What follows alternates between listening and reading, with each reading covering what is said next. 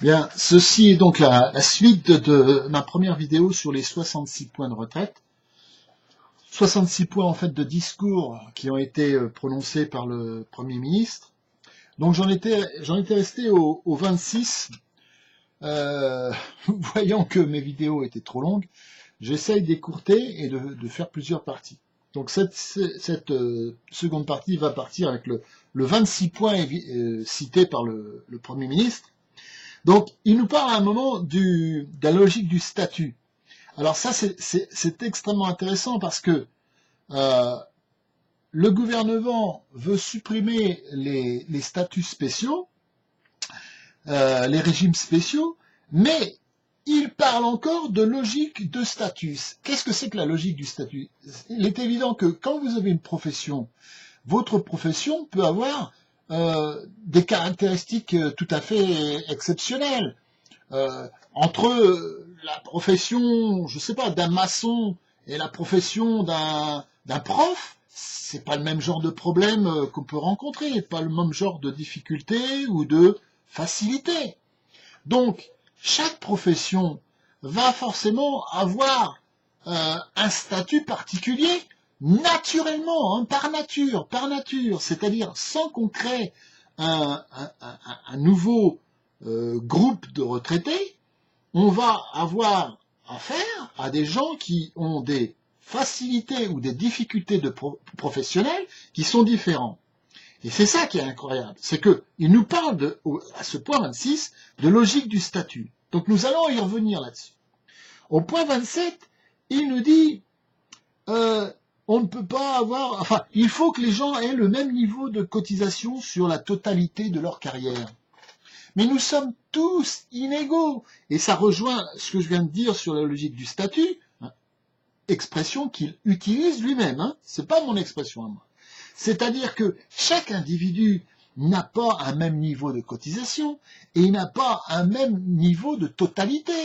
Vous avez des gens qui vont pouvoir travailler, en théorie, 40 ans sans discontinuer, en théorie, et d'autres où ça sera totalement impossible, pour des raisons X, Y ou Z, qu'on pourrait évoquer, mais bon, je vais faire court.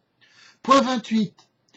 Il nous propose donc un système à points sur chaque heure travaillée.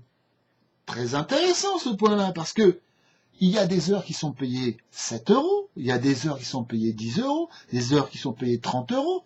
Alors, ça signifie combien de l'heure on va être payé? Ça veut dire que si vous êtes un petit travailleur là, mal payé, vous allez cotiser 1 euro et ça va vous donner droit à un point qui aura une valeur qui sera la même que celui qui aura pu cotiser 10 euros.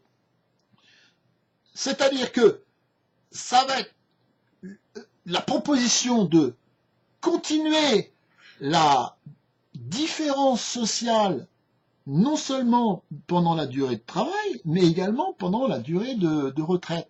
Vous allez avoir des gens qui sont très bien rémunérés, rares, au milieu d'une immensité de... Oh, qu'est-ce qu'ils nous font chier, ça, excusez-moi, ce sont des téléphones qui nous cassent les... Excusez, on va attendre que ça sonne 5 fois. Ce sont des emmerdeurs, à chaque fois, j'aurais dû débrancher le téléphone. C'est encore le problème du direct. Mais arrêtez de nous casser les couilles avec vos publicités à la con. Oh là là là. Bon, voilà, donc je reprends. Vous allez avoir des gens qui vont, pendant, en théorie, 40 ans, travailler, être payés au lance-pierre, au milieu de gens qui vont être extrêmement bien rémunérés. Et puis ensuite, pendant la retraite, ça va être la même chose. Vous aurez des retraités qui seront pauvres et des retraités qui sont extrêmement riches. C'est-à-dire que c'est vraiment un modèle totalement inégalitaire. Totalement inégalitaire. En point 29, la loi donnera la valeur du point. Qu'est-ce que c'est que la loi? La loi, c'est quelque chose qui change chaque année et c'est quelque chose qui change chaque lieu. Selon les époques et selon les années, la loi n'est pas la même. Donc ça veut bien dire que la valeur du point ne sera pas la même, puisqu'elle sera En point 30, sous le contrôle du Parlement. Si vous avez un Parlement qui est très social, vous aurez un point qui aura une valeur. Si vous avez un Parlement extrêmement sévère, extrêmement strict, genre Parlement de Macron, vous allez avoir un point qui ne vaudra rien. Mais attendez, mais c'est dingue. Est-ce que ce type, ce Premier ministre, se rend compte de ce qu'il dit? En point 31, la valeur du point ne peut pas baisser. Ben oui, mais attendez, ça baisse pas. Mais les prix, eux, ils vont monter. Les prix vont monter. Donc, on va avoir une retraite qui ne pourra pas baisser. Mais les points, ce qu'on pourra acheter avec ces points, ça pourra très bien être ridicule par rapport au prix. Pour l'instant, on est dans une période d'inflation entre guillemets, parce que c'est pas vrai. Hein. Ce sont les salaires qui stagnent, mais les prix montent, Donc encore un point où on voit qu'il y a une entourloupe. Je veux dire, il suffit simplement un petit peu de gamberger, gamberger, c'est un petit peu péjoratif, de penser, de réfléchir, pour se rendre compte qu'il y a un piège derrière tout ça. Le point, c'est un très mauvais système, très mauvais système. Enfin, à partir du moment où on donne une valeur au point, une valeur au point. Alors, ensuite, le point 31, le point 32, pardon.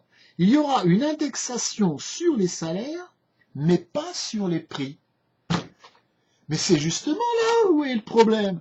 Comme je viens de le dire à l'instant, les prix vont augmenter. Si vous êtes à la retraite et que votre point ne bouge pas alors que les prix montent, ben vous allez vous appauvrir. Le point doit forcément être fixé sur le prix et non pas sur le salaire. Parce que les prix, de toute façon, ce sont les prix qui vont entraîner les salaires, et pas le contraire, Lorsqu'il y avait dans les années 60 une forte inflation, c'est parce que les prix augmentaient que les salaires étaient obligés de suivre. Parce que sans ça, les gens seraient morts de faim, C'est la définition même de l'inflation, c'est une course entre les prix et les salaires. À croire qu'il n'a pas fait d'études économiques. Bon.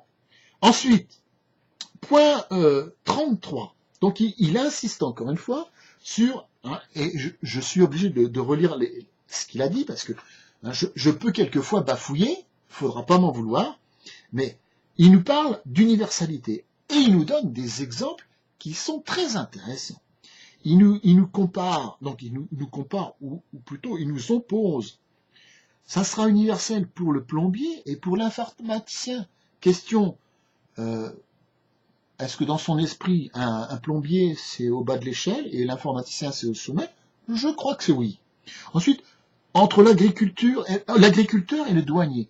Alors l'agriculteur, j'ai l'impression qu'il le prend comme la référence minimale, et le douanier, comme ça, les douaniers, c'est un petit peu la police, c'est un petit peu l'armée, etc.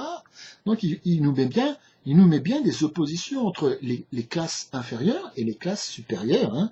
Ensuite, il a été un peu plus raisonnable, il nous a dit, le chercheur et l'écrivain. Attendez, combien on a de chercheurs et combien on a d'écrivains en France par rapport à l'immense troupeau, enfin, je dis troupeau, c'est pas bien de dire troupeau, l'immense cohorte des petits salaires. Et ensuite, il nous parle du député ou du conducteur de train. Alors là, il a changé, vous voyez, il a mis le député qui a un bon salaire, qui ne travaille pas 40 ans non-stop, et puis le conducteur de train, lui, qui se lève très tôt le matin, éventuellement, qui travaille la nuit éventuellement. C'est assez curieux quand même, cette opposition qu'il fait. C'est révélateur, selon moi, de la psychologie profonde, non seulement du rédacteur du texte, parce que c'est pas le ministre qui l'écrit, mais du lecteur du texte. Et puis également de l'ensemble de ce gouvernement macroniste, qui est un gouvernement élitiste. Je surveille le chronométrage pour ne pas que cette vidéo se transforme en longue explication. Je vais faire des petites parties de telle sorte que Si ça vous intéresse, vous regardez la totalité. Si ça vous intéresse pas, vous regardez que le début. Point 34. Il dit, les politiciens seront donc traités de la même façon. Mais c'est impossible, c'est impossible. Et là, nous revenons à l'histoire du statut. C'est-à-dire que si un politicien était payé aussi mal qu'un smicard, il n'y aurait plus personne qui ferait de la politique.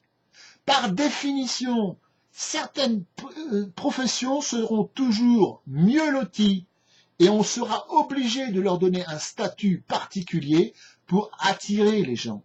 C'est le cas pour les politiciens, mais c'est également le cas pour les militaires, pour les policiers, pour toutes les professions où il y a on va dire, entre guillemets, un problème. Et ce problème, c'est le problème de la, on va dire, dangerosité, pénibilité, intellectualisme, etc. Enfin bref, nous allons y revenir, ça sera peut-être dans une autre partie. Mais ce sont toujours les termes que le ministre a employés. Hein, il a utilisé dans son discours.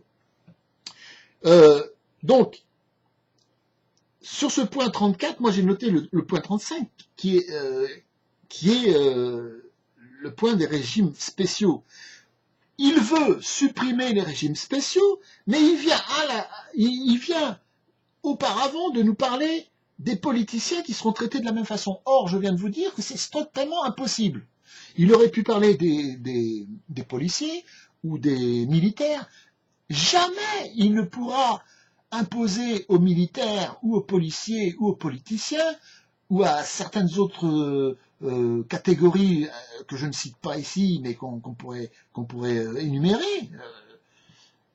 Jamais ils n'accepteront d'avoir des conditions qui sont dans ce qu'il appelle l'universalité, parce que ce sont des professions particulières. Point 36, je surveille toujours mon écran. Point 36, le projet présidentiel est validé par l'élection.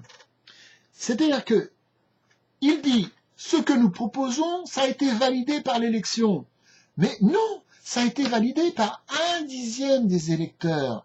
Évidemment, il y a eu un premier tour et un second tour.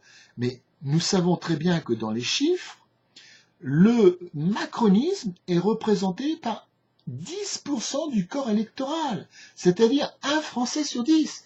Le projet présidentiel a été validé par l'élection parce que c'est dans la Constitution, mais il n'est pas validé d'une façon démocratique et équitable. Macron représente un électeur sur 10. Hein, je prends tout l'électorat, ceux qui votent et ceux qui ne votent pas. 37, point 37. Je peux continuer, on peut aller jusqu'au point 40. Le point 37, l'origine des régimes spéciaux. Il nous parle de 1945. Il nous dit, à l'origine, on voulait créer un système universel. Mais il y a eu la création des régimes spéciaux. Mais pensez-vous que les gens en 45 étaient stupides? Non, ils n'étaient pas stupides. Ils ont créé les régimes spéciaux parce que c'était une nécessité. C'est quasiment une nécessité physique. Vous ne pouvez pas demander à un mec de rentrer dans l'armée à 20 ans et d'en sortir à 60 ans. La grande majorité des troufions, ils vont faire 20 ans dans l'armée. C'est tout. Je ne donne que cet exemple. Point 38. Ceux qui choisissent de travailler malgré la grève. Alors là, ça c'était encore un point très important. Toujours montrer que le gouvernement est derrière ces pauvres gens qui souffrent tellement parce que ils ont la grève, mais ils vont quand même se battre pour aller travailler. Mais non, ils vont travailler parce qu'ils ont peur de se faire foutre à la porte, parce qu'ils ont trop peu de salaire. Ils vont travailler. S'ils pouvaient faire la grève, ils feraient la grève, mais ils le font pas parce qu'ils ne peuvent pas. Mais vous transformez la réalité des choses. Vous êtes un menteur, vous êtes un arnaqueur. Enfin, des arnaqueurs, je parle au pluriel pour les macronistes. Point 34. Alors, il nous parle du chômage. Alors, il nous parle justement de la situation actuelle. Il nous parle des gens qui sont au chômage et qui n'ont pas choisi d'être au chômage. Il nous parle des étudiants. Évidemment, quand vous êtes étudiant, vous n'allez pas commencer à bosser à 20 ans, puisque vous êtes étudiant, vous allez peut-être commencer à 25 ans, ou même dans certains cas, tiens, on prend les médecins à 30 ans. Ensuite, il nous parle de carrière heurtée, mais qui carrière heurtée, c'est je trouve un boulot, je suis foutu à la porte, je trouve un boulot, je suis foutu à la porte, j'en trouve pas, mais je trouve un boulot, je suis foutu. C'est ça la. Donc, il nous parle de 40 ans de cotisation. On sait très bien que c'est mission impossible de nos jours. De nos jours, et dans le futur, ça sera la même chose. Et il nous parle également du temps partiel. Évidemment, temps partiel. Hein, pourquoi est-ce que, par exemple, les gens qui travaillent en intérimaire ont des primes? Parce que, évidemment, c'est un temps partiel. Et ça arrange bien les gens, le système, puisque les temps partiels ne sont pas comptabilisés comme des chômeurs potentiels. Mais ce sont des chômeurs potentiels. Je finis mon 40 et on va arrêter cette partie-là. Alors, il nous parle, après 40 ans, donc, si et seulement si vous avez 40 ans de cotisation, il nous dit que tout le monde aura au minimum 1000 euros net par mois pour une durée de cotisation de 40 ans au SMIC. Mais attendez, comment est-ce que en 2019, si vous vous adressez à un petit jeune qui a 20 ans, d'accord, qui va rentrer dans la vie active, même à 18 ans, il a 18 ans, comment vous pouvez lui promettre que dans 40 ans, ce sera comme ça? Mais attendez, est-ce qu'il est prophète ou quoi? On n'est même pas capable de savoir ce qui se passera dans 1 an ou dans 5 ans, et lui, il nous parle de 40 ans. C'est n'importe quoi, c'est n'importe quoi. Et j'arrête là mon deuxième enregistrement, donc il y aura sans doute une troisième partie. Je vais voir si mon premier enregistrement a été déjà visionné. Si ça intéresse, je continue. En principe, moi je vais jusqu'au bout des choses, hein, comme dirait l'autre. À plus tard. Ça, c'est mon chien qui aboie. 1, 2, 3. À bientôt.